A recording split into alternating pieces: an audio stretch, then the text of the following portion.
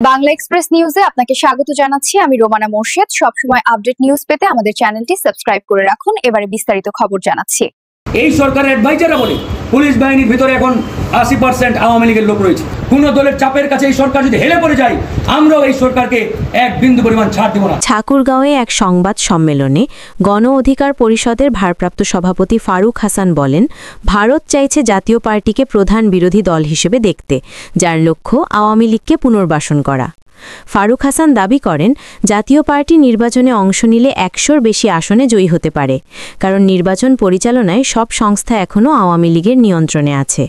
Police ও প্রশাসনের বড় অংশ আওয়ামী লীগের সমর্থক বলে উল্লেখ করেন তিনি বলেন, সরকার চাইলে ফেব্রুয়ারির বদলে ডিসেম্বরেই নির্বাচন করতে পারে, তবে শর্ত হচ্ছে নির্বাচন হবে অবাধ, সুষ্ঠু ও নিরপেক্ষ।